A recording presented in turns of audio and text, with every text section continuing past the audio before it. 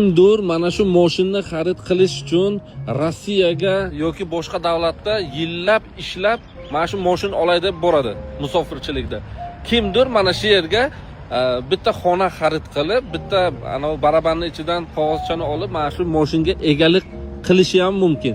Men sizga bitta zo'r taklif bilan chiqyapman. Aziz bozor svetofor, festival mal. Mana shuni yonida srochniga pad biznes sotadigan joyimiz chiqib qoldi. Hozir ichkarini ham obzor qilaman. Mana shu festival malning yonida, mana shu ko'chadan bir 10 metr, 15 metr ichkarida mana shu fasadi bo'ladi. Fasadi. Buni buzib, boshqatdan bir 2 etaj, 3 etaj qilib, klinikami, любой narsa qilsa ham bo'ladi. Mana shu ichkarisi 77 kvadrat, eng qizig'i gaz, svet, suv bu yerda постоянно bo'ladi. Mana shu orqasi hovlichasi bo'ladi. Orqasi mana shu yer hovlichasi, orqa tarafdan mashina bilan любой tovar olib kelib mana shu yerga tushirib, bu yerga bir 20-30 kvadratlik joy bor. Mana bu yerga bitta tandiri bor. Mana tandiri bor bu yerga.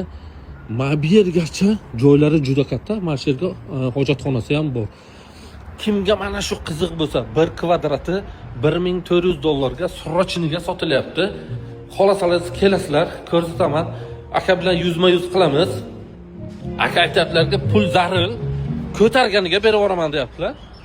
Yonida mana danskiy salon. Mana shunaqa narsa ochsa ham bo'ladi. Fasadi kattagina, kamida 12 metr, 10 metr, 12 metr fasadi. Pastda nomer qoldiraman, srochni aloqaga chiqinglar, xudo xolasa baraka qilib beramiz.